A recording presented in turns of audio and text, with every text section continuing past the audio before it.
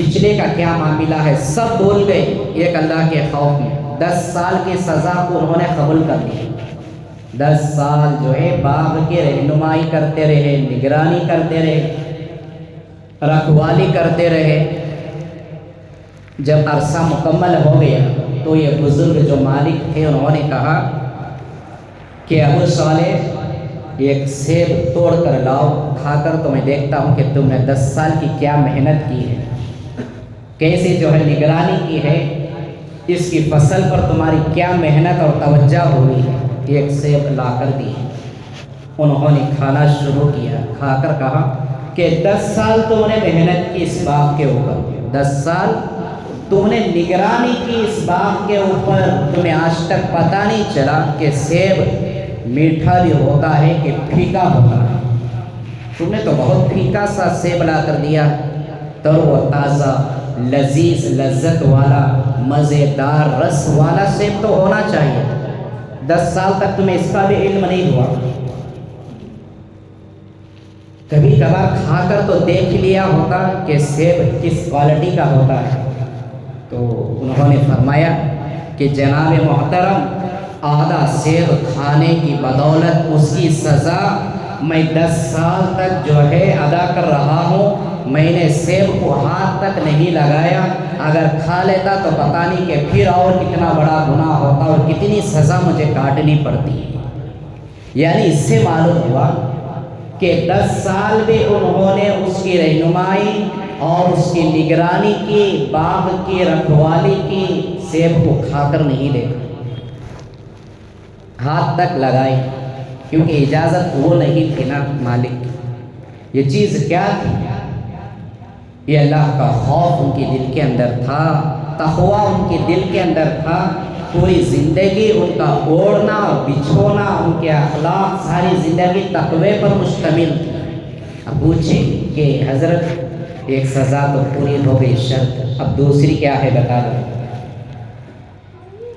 دوسری شرط بھی انہوں نے کہا کہ میری اکلوتی ایک لاڈلی بیٹی ہے، اس کے قابل کا کوئی رشتہ نہیں مل رہا ہے، اس لیے کہ اس کے اندر بہت سارے عیبیں موجود ہیں، وہ صحیح سالم نہیں، بہت عیبیں اس کے اندر موجود ہیں، تمہیں اس سے نکاح کرنا ہوگا۔ بغیر سوچے، بغیر کوئی جو ہے سمجھے، فوری طور پر انہوں نے کہہ دیا کہ ٹھیک ہے، یہ شرط بھی مجھے منظور ہے، میں آپ کی بیٹی سے نکاح بھی کر سکتا ہوں۔ پھر مالک نے، حضرت نے کہا کہ ذرا سوچ سمجھ کر کہو نوجوان، عیب دار، عیب کے بارے میں تو معلوم کر لو۔ حضرت نے کہا کہ اللہ کے جو ہے پکڑ اور اللہ کے پوچھ تاچھ، اللہ کے غضب، اللہ کے جو ہے عذاب سے مجھے دنیا کی ہر عیب، ہر تکلیف، ہر پریشانی قبول کر لینا مجھے منظور ہے، چاہے کیسی بھی عیب اس کے اندر ہو۔ تو پھر انہوں نے کہ میں بتا دیتا ہوں، سن تو لو۔ تو حضرت ابو صالح رحمۃ اللہ علیہ نے کہا کہ ٹھیک ہے، آپ عرض کریں کیا عیب ہے، کیسی عیب دار ہے۔ آپ اپنی بیٹی کے وہ عیبیں گنوانا شروع کریں۔ سب سے پہلے وہ آنکھوں کی اندھی ہے، آنکھ سے کچھ دیکھ نہیں سکتی۔ حضرت نے کہا کہ منظور ہے۔ زبان سے وہ گونگی ہے، بول نہیں سکتی، تمہیں ساری زندگی بات نہیں کرے گی، گونگی بیوی ملے گی۔ آپ نے کہا کہ الحمدللہ مجھے قبول ہے۔ کانوں سے بھی بہری ہے، تم کچھ کہو گے تو اسے سنائی نہیں دے گا۔ ٹھیک ہے، مجھے پسند ہے، منظور ہے۔ پیروں سے بھی وہ لگڑی ہے، تمہارے ساتھ کہیں چل نہیں سکتی، یہ بھی مجھے منظور ہے۔ ہاتھوں سے بھی لولی ہے، کچھ کام نہیں کر سکے، وہ بھی مجھے منظور ہے۔ اس طرح کے سارے جو ہے ان کے عیب اس طرح سے باپ گنواتے گئے۔ یہ نوجوان شیخ ابو صالح رحمۃ اللہ علیہ اسے منظور کر دے، بات طے ہو گئی، نکاح بھی ہو گیا۔ وہی جو ہے لڑکی کے والد محترم نے نکاح پڑھوایا، نکاح ہو گیا۔ جب انہوں نے کمرے میں گئے دلہن کے پاس، دیکھا ایک ہی جھٹکے میں پھر فوری طور پر بھاگ کر واپس آ گئی۔ انہی کے پاس آئے، اب وہ سسر بن چکے تھے، ان کے پاس آئے کہ حضرت آپ نے کس غضب میں مجھے ڈال دیا کہ بھئی کیا ہو گیا، کہ ایک سزا کو ختم کرنے کے بجائے میں نے اور دوسرا بڑا گناہ کر بیٹھا کہ آج میری نظر جو ہے ایک غیر محرم عورت پر پڑ گئی کہ آپ کی بیٹی نہیں تھی، کوئی دوسری عورت تھی کہ میں نے اسے دیکھ لیا، یہ بھی مجھ سے گناہ ہو گیا۔ تو انہوں نے مسکراتے ہوئے کہا کہ بیٹا وہ کوئی غیر محرم نہیں، وہ تمہاری بیوی ہے، وہی تو میری بیٹی ہے۔ تو انہوں نے پوچھا کہ آپ کی یہ عیبیں جو گنوائے بتائے تھے نا، اس کا کیا مطلب ہے؟ تو پھر اس کے دوسرے بدلے میں وہی سارے عیبوں کو وہ بدلتے ہیں۔ میں نے تم سے کہا کہ آنکھوں کی اندھی ہے، آج تک کی پوری زندگی میں باپ کے علاوہ کسی غیر محرم پر اس کی نظر نہیں پڑی، اس لیے میں نے کہا کہ یہ آنکھوں کی اندھی ہے۔ آج تک کسی دوسرے غیر محرم مرد کو میری بیٹی نظر اٹھا کر دیکھی نہیں۔ بے شمار اولیاء اللہ کے بے شمار واقعات ہمیں ملتے ہیں، توجہ کریں، ہم غور کریں کس کی سیرت چل رہی ہے، کس کے نام لیوا ہم، کس کے نام پر ہم زندگیاں کی عیاشیاں کر رہے ہیں، ان کی سیرت کیا ہے، ان کی زندگیاں کیا ہیں اور ہمارے حالات کیا ہیں۔ کہا کہ زبان سے گونگی، میں نے اس لیے کہا کہ کوئی جھوٹی بات، غیبت، شکایت، غلط بات، کوئی جو ہے برائی اس کی زبان سے آج تک نہیں نکلی، اس لیے میں نے گونگی کہا، بہری کہا کہ کسی جو ہے بے طرح کے عیاشی، بری طرح کے الفاظات یا غیروں کی باتیں، شکوے، شکایتیں، غیبتیں اس نے اپنے کانوں سے آج تک سنا ہی نہیں۔ پیروں سے لنگڑی، کبھی میری بغیر اجازت کے جو ہے زندگی میں اپنی مرضی سے قدم اٹھا کر اسے گھر کے باہر نکلنے کی مہلت ہی نہیں۔ ہاتھوں کی ڈولی کہ ہاتھوں سے کوئی چھوٹا سا چھوٹا غلط کام بھی اس نے نہیں کیا۔ اس سے معلوم ہوا کہ پیران پیر کی الگ ہستی ہے، ان کی والدہ جو ہے یہ بھی جلیل القدر بڑی بزرگیہ اللہ کی ولیہ تھی۔ تقوی کا یہ عالم، ایک طرف والد آدھے سیب کھانے میں 10 سال کی سزا، 10 سال کی جو ہے تکلیف رکھوالی، اور ماں کا تقوی، باپ سے بڑھ کر ماں کی زندگی، ماں سے بڑھ کر باپ کی زندگی۔ جب دونوں کا تقوی، دونوں کی ولایت، دونوں کی زندگی ایسی ہوتی ہے تو ایسی ہستی جلیل القدر، اس تربیت سے ہونے والے بچہ جو پیدا ہوتا ہے وہ غوث پاک رحمۃ اللہ علیہ کہلاتا ہے۔ کیونکہ اسلام میں، شریعت میں، دین میں، بزرگوں کی سیرت میں کہ ماں باپ کے تقوی، ماں باپ کی زندگیوں کا اثر ہی اولاد پر پڑتا ہے۔ ان چیزوں سے ہم خالی۔ حضرت فاطمہ آپ کی والدہ کا نام تھا، ویسے لوگ عام طور پر ام خیر کے نام سے پکارا کرتے تھے۔ ام خیر کہتے ہیں کہ خیر کی ماں، یعنی اچھائیوں کی ماں، خیر و برکت والی ماں، ساری اچھائیاں ان کی جھولی میں ہی اللہ نے رکھا تھا۔ ان کے تقوی کا یہ عالم تھا۔ تو لہٰذا دوستوں، بزرگوں، یہ ایک ہی چیز ایسی ہے کہ ایک واقعہ ہی میں نے آپ کے سامنے رکھا۔ ابھی حضرت شیخ عبد القادر جیلانی رحمۃ اللہ علیہ کی ولادت اور ان کا بچپنا، ان کی جوانی کے پاس بھی میں نے آپ کو لے کر نہیں گیا۔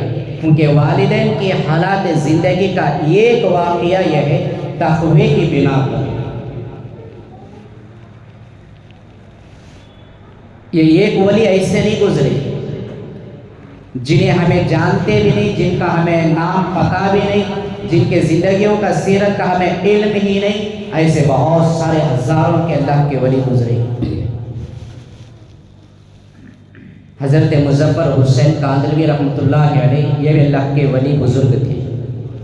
جب دہلی سے کاندھلہ اپنے شہر جانا تھا، اس وقت کوئی سواریوں کا انتظام نہیں تھا، گھوڑ سوار، گھوڑ گاڑی، بیل گاڑی، یہ گاڑیاں ہوتے تھے جو آپ کا سامان تھا سارا لے کر گاڑی میں رکھ لیے تھے، اور وہ گاڑی والے سے، رکشہ والے، تانگے والے سے بات کر لیے تھے کاندھلا جانے کی کتنے رقم لوگے، یہ ساری بات طے ہو چکی تھی۔ اب حضرت وہاں پر موجود تھے، یہ جو گھوڑ گاڑی تھی یا پھر بیل گاڑی تھی، دونوں میں سے ایک گاڑی موجود تھی۔ اب وہ گاڑی کا مالک کہیں گیا تھا، اس میں سے ایک آدمی آیا حضرت کے پاس، کہا کہ حضرت آپ کاندھلا جا رہے ہیں، ایک جو ہے شخص کے پاس، یہ حضرت کے پاس میرا ایک خط نامہ ہے، لیٹر ہے، میں آپ کو دیتا ہوں، اس ایڈریس پر آپ اسے وہاں تک پہنچا دیں، یعنی پارسل۔ اب وہ کتنا بڑا بوجھ ہوتا تھا، لے کر رکھ لیتے تھے جیب کے اندر کرتے کے۔ تو بزرگوں کی بزرگیت، ان کی ولایت ہوتی ہے تقویٰ و پرہیزگاری پر، اللہ کے خوف کے عالم پر ہوتی ہے۔ جیسا کہ گزشتہ جمعہ میں نے کھول کر آپ کے سامنے بات رکھا تھا کہ کرامتوں سے نہیں، بزرگوں کے اندر، ولایت کے اندر، ولیوں کے اندر پہلے نمبر پر تقویٰ ہوتا ہے، یہ نہیں کہ کرامت ہوتی ہے۔ کرامت ہمارے سروں پر ہوتی ہے، ولیوں کی زندگی میں وہ اللہ تعالیٰ بسا اوقات کرا دیتے ہیں۔ اب اس لیٹر دینے والے، اس خط دینے والے کو آپ نے جواب دیا کہ تھوڑی دیر رک جا، گاڑی والا آئے گا، اس سے میں اجازت مانگ لوں گا، اس کے بعد اس لیٹر کو میں لوں گا، تاکہ ایسا نہ ہو کہ میں نے اپنا سامان اور اپنے جانے کی جو ساری بات چیت کر چکا ہوں، طے ہو چکا ہے رقم سارا، اب یہ امانت ہو گئی، ایسا نہ ہو کہ ایک زائد میں کاغذ والا خط اگر اپنے پاس لے کر چلے گیا اس کی گاڑی میں، یہ امانت میں خیانت ہو جائے۔ اتنا بھی انہوں نے گوارا نہیں کیا کہ ایک خط لے جا کر پہنچانے، کیونکہ معاملہ طے ہو چکا تھا۔ اب وہ خط بھی ان کے واسطے بہت زیادہ بوجھ، اس لیے کہ امانت میں خیانت ہو جائے گی۔ اللہ کا خوف تھا، یہ تقویٰ ان کی زندگی میں۔ اس طرح کے بے شمار ولیوں کے جو ہے تقوی کے اوپر واقعات گزرے، اگر عرض کریں تو بہت ساری مثالیں ہمیں ملتے ہیں۔ ضرورت ہمیں کیا ہے؟ جس بزرگ کا بھی ہم نام لیتے، جس ولی کو بھی ہم چاہتے، جس سے بھی ہم محبت کرنے کا دعویٰ کرتے ہیں، ان کی زندگی کے کارنامے ہماری زندگی میں آئے، ان کے اعمال ہمارے عمل کے اندر عملی مشق والی زندگی میں بنے۔ یعنی کہ غوث پاک کی محبت صرف 11ویں کر کے دیووں کو ہضم کرنا ہے، یہ نہیں کہ غوث پاک کی محبت نعرے پکار کر ختم کر دینا ہے، ایسا نہیں کہ غوث پاک کے نام سے جو ہے جھنڈے چڑھا دیں، فاتحہ کر دی، یہ اصل چیز نہیں ہے شریعت کے اندر۔ اس سے کوئی تعلق دور دور تک نہ تو قرآن سے ہے، نہ تو شریعت سے ہے، نہ حدیث سے ہے، نہ ولیوں کی زندگی میں بھی نہیں۔ ایک ثبوت والی بات کوئی بتلا دے کہ محبوب سبحانی رحمۃ اللہ علیہ نے کہا تھا، اور انہوں نے ان کے ملفوظات میں بتایا تھا کہ تم جب تک زندہ رہو ساری زندگی میرے نام کی 11ویں کر کے کھاتے جاؤ، نام ان کا لگا رہے، ڈلیاں ہضم ہم کر رہے۔ یہ محبت نہیں، تقویٰ چلو، عبادتیں اپنی زندگی میں لاؤ، سنتوں کو اپناؤ، پیر کہو کہ مجھے پیران پیر سے محبت ہے، میں پیران پیر کا ماننے والا ہوں۔ کوئی ان کی ہستی بھی کم ہستی نہیں، ہمارے آپ کے خاندان کا کوئی عطا کوئی پتہ نہیں ہوگا، ہمارے اتنے بڑے خاندان نہیں، مشہور کوئی خاندان نہیں، ہمارے خاندانوں سے جو ہے کوئی سیرت کسی کی تاریخ نہیں نکلی ہوگی شاید۔ حضرت کی جو ہے خاندان حضرت حسن رضی اللہ تعالیٰ عنہ تک پہنچتی ہے، آپ کا نسب حضرت حسن بن علی جناب رسول اللہ صلی اللہ علیہ وسلم کے نواسے، حضرت حسن کی یہ خاندان میں سے معلوم ہوا کہ اہل بیت سے، اہل بیت والوں کو صدقہ جائز نہیں ہے، دوسروں کی امانت جائز نہیں ہے، خیانت جائز نہیں ہے،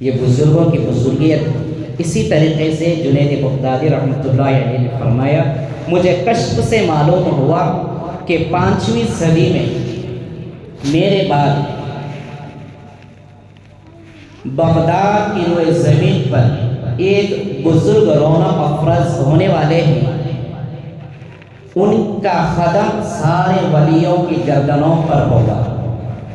اسی کو کہا گیا سرتاج الاولیاء، یعنی تمام ولیوں کے سردار، سارے ولیوں کے گردن پر ان کا قدم ہوگا، یعنی کہ ان کی بزرگیت ایسی ہوگی، ان کی ولایت ایسی ہوگی، اور یہ اللہ کے اتنے قریب ہوں گے کہ سارے ولیوں سے ایک قدم آگے نکل جائیں گے۔ اس کی وہ مثال بتائے کہ سارے ولیوں کے گردن پر ان کا قدم ہوگا، تو اس لیے میں نے بھی اپنے سر کو جھکا دیا، میں نے بھی ان کی جو ہے ولایت کو تسلیم کر لیا۔ کتنا بڑا ان کا مقام ہوا، کتنی بڑی بزرگیت ہوگی۔ دنیا میں آنے سے پہلے ہی 2 سال پہلے اتنے جلیل القدر شیخ جنید بغدادی رحمۃ اللہ علیہ نے بھی ان کی ولایت کو تسلیم کر لیا، یہ بات کہہ کر کہ سارے ولیوں کے گردنوں پر ان کا قدم ہوگا۔ اتنے بڑے جو ہے جلیل القدر بزرگ بغداد میں پیدا ہونے والے ہیں۔ پیدا ہونے سے پہلے کے کارنامے مشہور جو ہے سیرت میں واقعات موجود ہیں اس تقوی کے تعلق سے۔ ایک دو میں عرض کر کے بعد آسانی سے آپ کے سامنے خلاصہ کرنا چاہوں گا۔ ان کی والد محترم تھی شیخ ابو صالح عبداللہ محمد جنگی دوست رحمۃ اللہ علیہ، غوث پاک رحمۃ اللہ علیہ کے والد تھے شیخ ابو صالح عبداللہ محمد جنگی دوست رحمۃ اللہ علیہ۔ بڑا مشہور ان کا واقعہ ہے تقوی کے تعلق سے۔ جوانی کا عالم تھا، ایک سفر میں انہوں نے موجود تھے، سفر کے دوران راستے میں ٹھہر ہوا، رکنا ہوا۔ حالت یہ تھی کہ بھوک اور پیاس کی بڑی شدت، دیکھتے ہی تو کہیں بھی کچھ بھی نظر نہیں آتا کھانے پینے کے واسطے۔ چند قدم اور چلتے ہیں تو ایک نہر موجود ہے پانی کی، تالاب کی طرف۔ اس نہر میں سے ایک بہت اچھا خاصا تر و تازہ بڑا سا سیب پانی پر تیرتا ہوا آ رہا ہے۔ انہوں نے فوری طور پر جا کر اسے اٹھا لیا، کیونکہ حالت وہ تھی، بھوک تھی۔ ہمیں بھی چلو کہیں ہوٹل پر کوئی دوست بلایا اور چائے پیں گے، چائے پی لیتے، کھانے کا وقت ہو چلو کھانا کھا لیتے ہیں، کیونکہ بھوک کیا ہے، دوست بھی نہیں دیکھتی، دشمن بھی نہیں دیکھتی، اپنا بھی نہیں رکھتی، غیر بھی نہیں رکھتی، اچھا نہ برا کچھ نہیں، بس وقت ہے، بھوک شدت کی ہے، پیٹ کو بھرنا ہے۔ آج تو ہماری حالت حرام بھی نہیں دیکھ رہے، حلال بھی نہیں دیکھ رہے، جو مل رہا کھا جا رہے، پیٹ بھر رہے۔ حدیث میں آتا کہ حرام کا ایک لقمہ کھا رہا ہے تو جہنم کی آگ کو وہ ایندھن بنا رہا ہے۔ جتنا ہم حرام کھا کر زندگی گزاریں گے، اتنی بڑی جو ہے جہنم کے اندر آگ ہم جمع کر رہیں گے اپنے حصے کی۔ اب ان کو جو ہے، اب اس وقت میں ان کے واسطے جائز بھی تھا، وہ اٹھا کر کھا لیتے، تو سیب کو اٹھائے، منہ کے قریب لے گئے، تھوڑا سا ایک ٹکڑا کو کتر کر منہ میں لے لیا، کھا گئے۔ بعد میں یاد آیا کہ ارے بھئی یہ کس کا ہے، یہ کیا مجھ سے گناہ ہو گیا کہ اس کا مالک کون ہے، بغیر اجازت میں نے یہ چیز کھا گیا نا، اس کا وبال کیا ہوگا، اس کی سزا کیا ہوگی، اللہ کے پاس اس کی کیا پکڑ ہوگی۔ دل کے اندر ڈر پیدا ہو گیا۔ جیسا میں نے عرض کیا کہ یہ تقوی اگر ہے تو وہاں اللہ کا خوف پیدا ہوتا ہے، اگر وہ نہیں تو کچھ بھی معلوم نہیں ہوتا۔ اب اللہ کا خوف پیدا ہوا کہ اس کا معاملہ یہیں پر ختم ہو جائے، ایسا نہ ہو کہ آخرت میں اللہ کے یہاں میری پکڑ ہو جائے۔ اب ہو نہ ہو اس باغ کے مالک کے پاس مجھے جانا، اب وہاں جا کر اس سے یہ بات کہہ کر معافی مانگ لے، بات ختم ہو جائے۔ اب تلاش کرتے کرتے گئے، ایک سیب کے باغ کے پاس پہنچے، لوگوں سے معلوم کیا کہ وہاں پر بھی عبداللہ صومعی نام کے وہ بھی ایک بزرگ تھے، وہ باغ کے مالک بڑے بزرگ تھے، ان کے پاس پہنچے، وہ سیب ہاتھ میں لے کر جا کر واقعہ عرض کرے کہ دیکھیے بزرگ، یہ جو ہے میرے سے میری یہ حالت تھی اور یہ واقعہ پیش آ گیا، میں نہیں چاہتا کہ کل میں اس کے بدلے میں اللہ کے عذاب کا، اللہ کی پکڑ کا مستحق ہو جاؤں، اس لیے آپ اللہ کے واسطے مجھے معاف کر دیں، دنیا ہی میں اس کا معاملہ ختم ہو جائے۔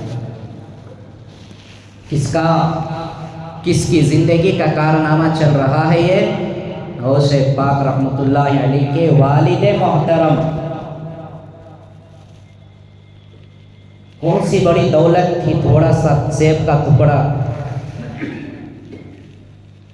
اب وہ بزرگ نے بھی معلوم کر لیا کہ اتنا بڑا زہد و تقوی والا، ایسا اللہ کا خوف رکھنے والا انسان کہاں ملے گا۔ انہوں نے بھی اس سے جائز فائدہ اٹھایا، کہا کہ معافی تو نہیں ملے گی، 2 شرطیں کے اوپر اس کی سزا دی جائے گی۔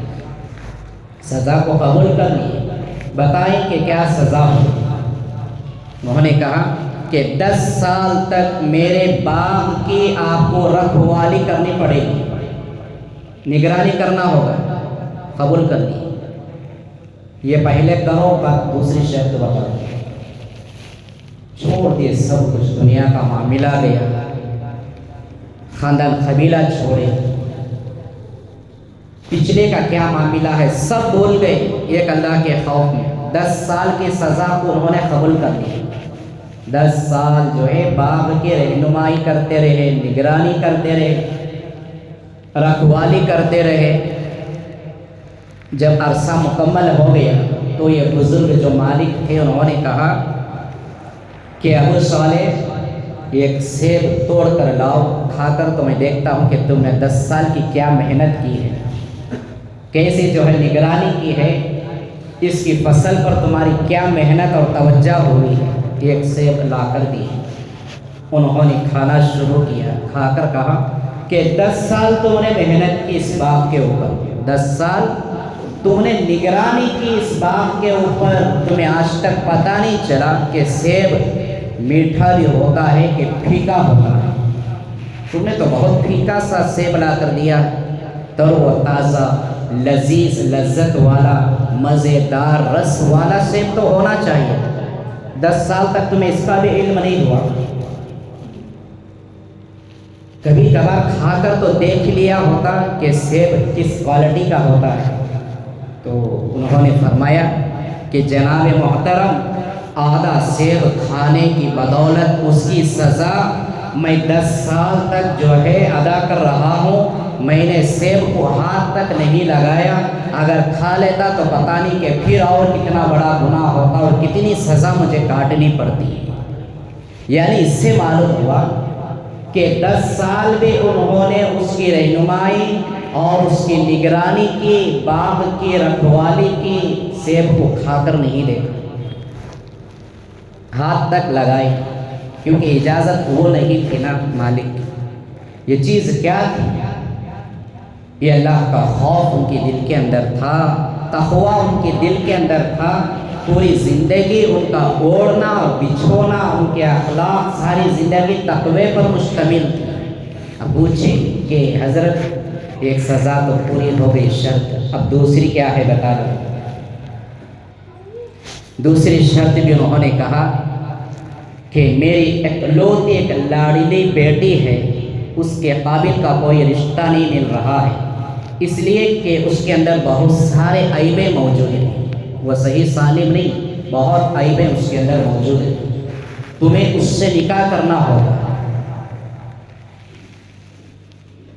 بغیر سوچے، بغیر کوئی جو ہے سمجھے، فوری طور پر انہوں نے کہہ دیا کہ ٹھیک ہے، یہ شرط بھی مجھے منظور ہے، میں آپ کی بیٹی سے نکاح بھی کر سکتا ہوں۔ پھر مالک نے حضرت نے کہا کہ ذرا سوچ سمجھ کر کہو نوجوان، عیب دار عیب کے بارے میں تو معلوم کر لو۔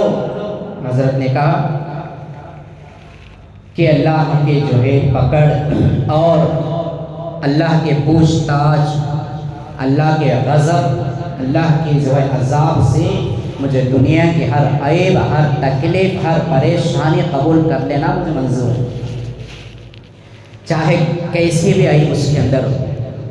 تو پھر انہوں نے کہ میں بتا دیتا ہوں، سن تو لو۔ تو حضرت ابو صالح رحمۃ اللہ علیہ نے کہا کہ ٹھیک ہے، آپ عرض کریں کیا عیب ہے، کیسی عیب دار ہے؟ آپ اپنی بیٹی کے وہ عیبیں گنوانا شروع کریں۔ سب سے پہلے وہ آنکھوں کی اندھی ہے، آنکھ سے کچھ دیکھ نہیں سکتی۔ حضرت نے کہا کہ منظور ہے۔ زبان سے وہ گونگی ہے، بول نہیں سکتی، تمہیں ساری زندگی بات نہیں کرے گی، گونگی بیوی ملے گی۔ آپ نے کہا کہ الحمدللہ مجھے قبول۔ کانوں سے بھی بہری ہے، تم کچھ کہو گے تو اسے سنائی نہیں دے گا۔ ٹھیک ہے، مجھے پسند ہے، منظور ہے۔ پیروں سے بھی وہ لنگڑی ہے، تمہارے ساتھ کہیں چل نہیں سکتی، یہ بھی مجھے منظور ہے۔ ہاتھوں سے بھی لولی ہے، کچھ کام نہیں کر سکے گی، وہ بھی مجھے منظور ہے۔ اس طرح کے سارے جو ہے ان کے عیب اس طرح سے باپ گنواتے گئے۔ یہ نوجوان شیخ ابو صالح رحمۃ اللہ علیہ اسے منظور کرتے ہیں۔ بات طے ہو گئی، نکاح بھی ہو گیا۔ وہی جو ہے لڑکی کے والد محترم نے نکاح پڑھوایا، نکاح ہو گیا۔ جب انہوں نے کمرے میں گئے دلہن کے پاس، دیکھا ایک ہی جھٹکے میں پھر فوری طور پر بھاگ کر واپس آ گئے۔ انہی کے پاس آئے، اب وہ سسر بن چکے تھے، ان کے پاس آئے کہ حضرت آپ نے کس غضب میں مجھے ڈال دیا، کہ بھئی کیا ہو کہ ایک سزا کو ختم کرنے کے بجائے میں نے اور دوسرا بڑا گناہ کر بیٹھا کہ آج میری نظر جو ہے ایک غیر محرم عورت پر پڑ گئی کہ آپ کی بیٹی نہیں تھی، کوئی دوسری عورت تھی کہ میں نے اسے دیکھ لیا، یہ بھی مجھ سے گناہ ہو۔ تو انہوں نے مسکراتے ہوئے کہا کہ بیٹا وہ کوئی غیر محرم نہیں، وہ تمہاری بیوی ہے، وہی تو میری بیٹی ہے۔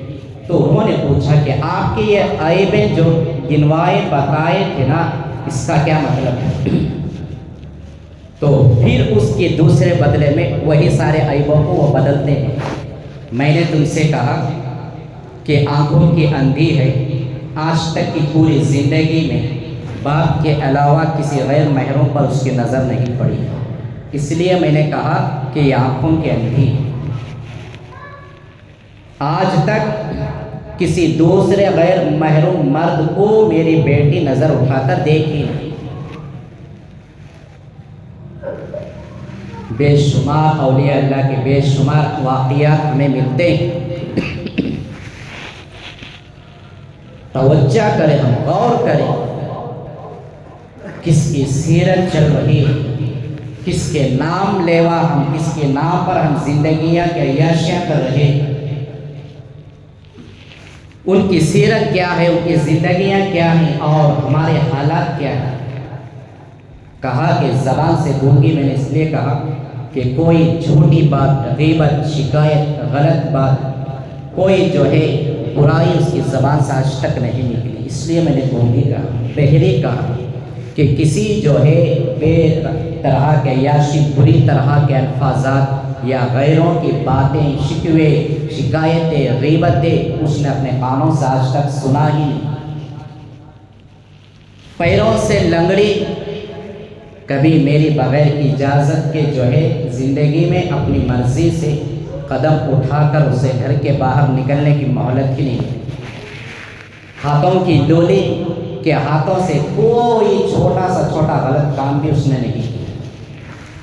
اس سے معلوم ہوا کہ پیران پیر کی الگ ہستی ہے، ان کی والدہ جو ہے یہ بھی جلیل القدر بڑی بزرگیہ اللہ کی ولیہ تھی۔ تقوی کا یہ عالم، ایک طرف والد آدھے سیب کھانے میں 10 سال کی سزا، 10 سال کی جو ہے تکلیف رکھوالی، اور ماں کا تقوی باپ سے بڑھ کر ماں کی زندگی، ماں سے بڑھ کر باپ کی زندگی۔ جب دونوں کا تقویٰ، دونوں کی ولایت، دونوں کی زندگی ایسی ہوتی ہے تو ایسی ہستی جلیل القدر، اس تربیت سے ہونے والے بچہ جو پیدا ہوتا ہے وہ غوث پاک رحمۃ اللہ علیہ کہلاتا ہے۔ کیونکہ اسلام میں، شریعت میں، دین میں، بزرگوں کی سیرت میں کہ ماں باپ کے تقوی، ماں باپ کی زندگیوں کا اثر ہی اولاد پر پڑتا ہے۔ ان چیزوں سے ہم خالی حضرت فاطمہ آپ کی والدہ کا نام تھا، ویسے لوگ عام طور پر ام خیر کے نام سے پکارا کرتے تھے۔ ام خیر کہتے ہیں کہ خیر کی ماں، یعنی اچھائیوں کی ماں، خیر و برکت والی ماں، ساری اچھائیاں ان کی جھولی میں ہی اللہ نے رکھا ہے۔ ان کے تقوی کا یہ عالم تھا۔ تو لہٰذا دوستوں، بزرگوں، یہ ایک ہی چیز ایسی ہے کہ ایک واقعہ ہی میں نے آپ کے سامنے رکھا۔ ابھی حضرت شیخ عبد القادر جیلانی رحمۃ اللہ علیہ کی ولادت اور ان کا بچپنا، ان کی جوانی کے پاس بھی میں نے آپ کو لے کر نہیں گیا۔ ان کے والدین کی حالات زندگی کا ایک واقعہ یہ ہے، تقوی کی بنا پر یہ ایک ولی ایسے نہیں گزرے جنہیں ہمیں جانتے بھی نہیں، جن کا ہمیں نام پتہ بھی نہیں، جن کے زندگیوں کا سیرت کا ہمیں علم ہی نہیں، ایسے بہت سارے ہزاروں کے اللہ کے ولی گزرے۔ حضرت مظفر حسین کاندھلوی رحمۃ اللہ علیہ یہ بھی اللہ کے ولی بزرگ تھے۔ جب دہلی سے کاندھلہ اپنے شہر جانا تھا، اس وقت کوئی سواریوں کا انتظام نہیں تھا۔ گھوڑ سوار، گھوڑ گاڑی، بیل گاڑی، یہ گاڑیاں ہوتے تھے جو آپ کا سامان تھا سارا لے کر گاڑی میں رکھ لیے تھے۔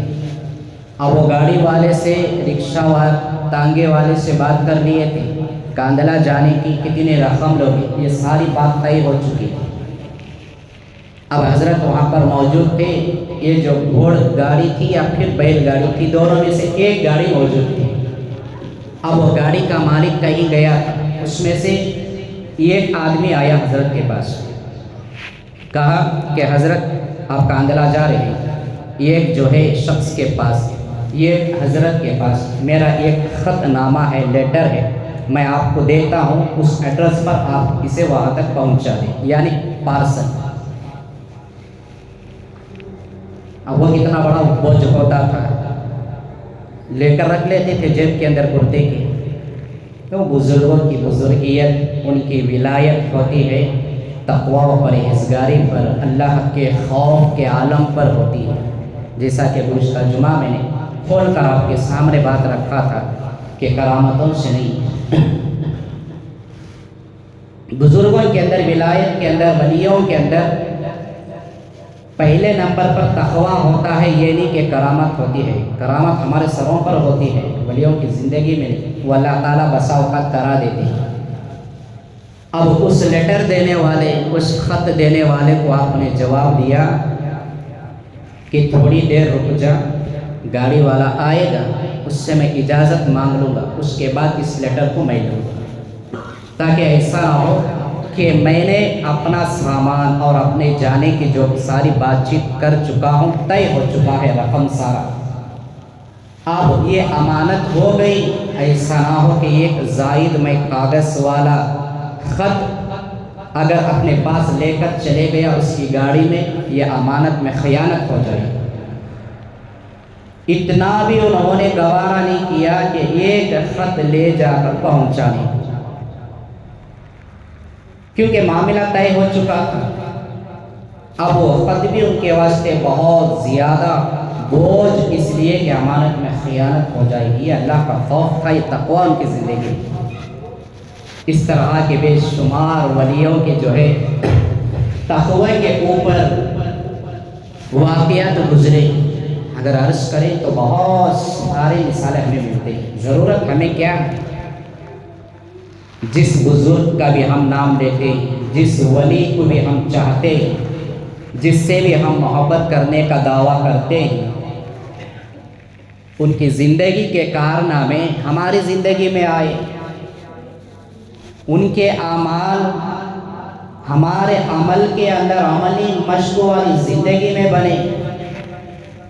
یعنی کہ غوث پاک کی محبت صرف 11ویں کر کے دیووں کو ہضم کرنا ہے، یہ نہیں کہ غوث پاک کی محبت نعرے پکار کر ختم کر دینا ہے، ایسا نہیں کہ غوث پاک کے نام سے جو ہے جھنڈے چڑھا دیں، فاتحہ کر دیں، یہ اصل چیز نہیں ہے شریعت کے اندر۔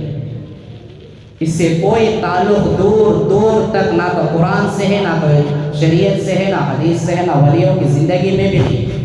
ایک ثبوت والی بات کوئی بتلا دے کہ محبوب سبحانی رحمۃ اللہ علیہ نے کہا تھا، اور انہوں نے ان کے ملفوظات میں بتایا تھا کہ تم جب تک زندہ رہو ساری زندگی میرے نام کی 11ویں کر کے کھاتے جاؤ، نام ان کا لگا رہے، ڈلیاں ہضم ہم کر رہے، یہ محبت نہیں۔ تقویٰ چلو، عبادتیں اپنی زندگی میں لاؤ، سنتوں کو اپناؤ، پھر کہو کہ مجھے پیران پیر سے محبت ہے، میں پیران پیر کا ماننے والا ہوں۔ کوئی ان کی ہستی بھی کم ہستی نہیں، ہمارے آپ کے خاندان کا کوئی عطا کوئی پتہ نہیں ہوگا، ہمارے اتنے بڑے خاندان نہیں، مشہور کوئی خاندان نہیں، ہمارے خاندانوں سے جو ہے کوئی سیرت کسی کی تاریخ نہیں نکلی ہوگی شاید۔ حضرت کی جو ہے خاندان حضرت حسن رضی اللہ تعالیٰ عنہ تک پہنچتی ہے، آپ کا نسب حضرت حسن بن علی جناب رسول اللہ صلی اللہ علیہ وسلم کے نواسے حضرت حسن کی یہ خاندان میں سے ہی، سے معلوم ہوا کہ اہل بیت سے، اہل بیت والوں کو صدقہ جائز نہیں ہے، دوسروں کی امانت جائز نہیں ہے، خیانت جائز نہیں ہے، ناجائز مال حرام ہے، ناجائز طریقے کا وہ کھاتے نہیں، چلتے نہیں، بولتے نہیں، کچھ بھی نہیں کرتے۔ اہل بیت کی یہ حالت ہوتی ہے۔ پیران پیر رحمۃ اللہ علیہ کی بھی یہی زندگی گزری ہے۔ ان کو ماننے والے اگر ہیں تو ہماری بھی زندگی کے اندر یہ چیزیں آنی ضروری ہے۔ تقویٰ ہماری زندگی میں آئی، اللہ کا خوف ہماری زندگی میں آئی۔ آپ کا مشن تھا کہ ساری زندگی آپ نے سنت اتباع کو سارے عالم کے اندر انہوں نے مستحدث کر دیا تھا، سارے لوگوں کو اسلام کے اندر داخل کیے، گنہگاروں کو توبہ کروائے، غیروں کو اسلام میں داخل کروائے، جو سنتوں سے دور تھا اسے 100% شریعت پر چلنے والا بنا دیے، اور خود آپ نے ساری زندگی میں اس کا نمونہ بن کر ہمیں سبق دے کر دے۔ یہ اصل چیزیں، یہ اصل محبتیں۔ لہٰذا آپ کی سیرت کے بہت سارے واقعات اور کارنامے باقی ہیں، انشاءاللہ اگلی جمعہ بھی میں آپ کے سامنے اسی موضوع سے بات کرنے کی کوشش کروں۔ لہٰذا دوستوں، بزرگوں، جتنے بھی باتیں ہمیں خیر کے اور بزرگان اولیاء اللہ کی سیرت اور ان کے تعلقات سے ہمیں زہد و تقویٰ اور قربانی سے ملتے ہیں، اللہ تعالیٰ ہمیں اس پر بھرپور عمل کرنے کی توفیق عطا فرمائے، صحیح معنوں میں ولیوں کا احترام اور ان کی قدر کو پہچاننے کی توفیق عطا فرمائے۔ وآخر دعوانا الحمدللہ رب العالمین۔ سنتیں پڑھ لی۔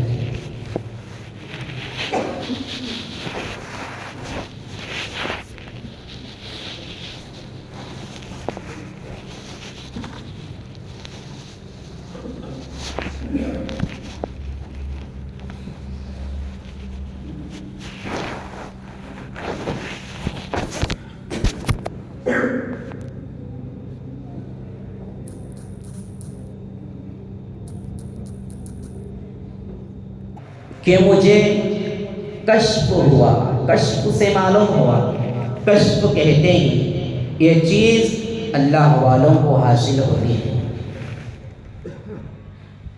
اس کا دوسرا نمبر وجد بھی ہوتا ہے۔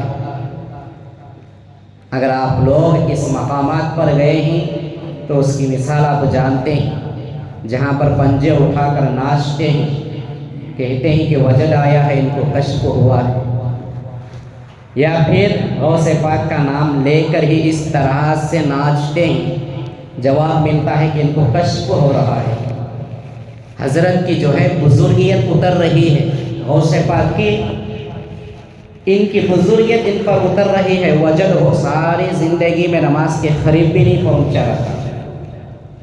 یہ کوئی وجد اور کشف نہیں، یہ لوگوں کو نشہ کرتے ہی اس کا جو ہے چکر ہوتا ہے، یہ لوگوں کو دھوکہ دیتے ہیں۔ پوری زندگی سنت سے دور، پوری زندگی شریعت سے دور، ولیوں کے صحیح مقام اور ان کے احترام سے دور، پیغمبر کی زندگی سے دور، اللہ کا دلوں میں خوف نہیں، چہرے پر نہ داڑیاں نہ زندگی میں سنت والے اعمال، ایسے لوگوں کو کشف کہاں سے ہوتا ہے؟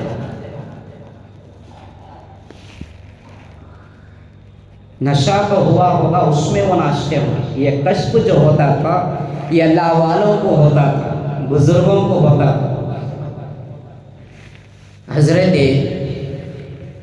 سیدنا خواجہ غریب النواز چشتی معین الدین رحمۃ اللہ علیہ، کبھی کبھار ان کو بھی کشف ہوتا تھا، جب ان کو کشف ہوتا تو بے ہوش ہو جاتے تھے، تاب نہیں لا سکتے تھے، اتنی طاقت نہیں ہوتی تھی۔ وہ واقعہ ہم بارہا سنتے ہیں، حضرت موسیٰ علیہ السلام اللہ کا دیدار کرنے کی انہوں نے خواہش کی تو ایک ادنا سی نورانیت کی چمک سے جو ہے آپ بے ہوش ہو گئے، دیکھ ہی نہیں سکے تھے۔ تو پھر کشف و کرامت کی وجہ بھی جو ہے اسی سے تعلق رکھتی ہے، اسے جو ہے ولایت والا دل، ولایت والا جگر، اللہ کے خوف والا جو ہے دل ہونا چاہیے اسے سنبھالنے کے واسطے۔ وہ خواجہ غریب النواز بھی جب انہیں کشف ہوتا تو وہ کیا کرتے؟ بے ہوش ہو جاتے، پھر تھوڑی دیر کے بعد مریدین پانی جو ہے چھینٹے مار کر ان کو ہوش میں لاتے، پانی پلاتے۔ یہ بزرگوں کی بزرگیت۔ اسی طریقے سے جنید بغدادی رحمۃ اللہ علیہ نے فرمایا، مجھے کشف سے معلوم ہوا کہ 5ویں صدی میں میرے بعد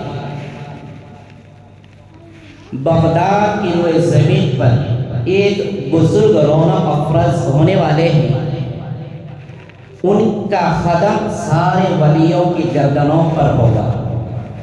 اسی کو کہا گیا سرتاج الاولیاء، یعنی تمام ولیوں کے سردار، سارے ولیوں کے گردن پر ان کا قدم ہوگا، یعنی کہ ان کی بزرگیت ایسی ہوگی، ان کی ولایت ایسی ہوگی، اور یہ اللہ کے اتنے قریب ہوں گے کہ سارے ولیوں سے ایک قدم آگے نکل جائیں گے۔ اس کی وہ مثال بتائے کہ سارے ولیوں کے گردن پر ان کا قدم ہوگا، تو اس لیے میں نے بھی اپنے سر کو جھکا دیا، میں نے بھی ان کی جو ہے ولایت کو تسلیم کر لیا۔ کتنا بڑا ان کا مقام ہوا، کتنی بڑی بزرگیت ہوئی۔ دنیا میں آنے سے پہلے ہی 2 سال پہلے اتنے جلیل القدر شیخ جنید بغدادی رحمۃ اللہ علیہ نے بھی ان کی ولایت کو تسلیم کر لیا، یہ بات کہہ کر کہ سارے ولیوں کے گردنوں پر ان کا قدم ہوگا۔ اتنے بڑے جو ہے جلیل القدر بزرگ بغداد میں پیدا ہونے والے ہیں۔ پیدا ہونے سے پہلے کے کارنامے مشہور جو ہے سیرت میں واقعات موجود ہیں اس تقوی کے تعلق سے، 1-2 میں عرض کر کے بعد آسانی سے آپ کے سامنے خلاصہ کرنا چاہوں۔ ان کی والد محترم تھی شیخ ابو صالح عبداللہ محمد جنگی دوست رحمۃ اللہ علیہ، غوث پاک رحمۃ اللہ علیہ کے والد تھے شیخ ابو صالح عبداللہ محمد جنگی دوست رحمۃ اللہ علیہ۔ بڑا مشہور ان کا واقعہ تقوی کے تعلق سے، جوانی کا عالم تھا۔ ایک سفر میں انہوں نے موجود تھے، سفر کے دوران راستے میں ٹھہر ہوا، رکنا ہوا۔ حالت یہ تھی کہ بھوک اور پیاس کی بڑی شدت، دیکھتے ہی تو کہیں بھی کچھ بھی نظر نہیں آتا کھانے پینے کے واسطے۔ چند قدم اور چلتے ہیں تو ایک نہر موجود ہے، پانی کی تالاب کی طرف۔ اس نہر میں سے ایک بہت اچھا خاصا تر و تازہ بڑا سا سیب پانی پر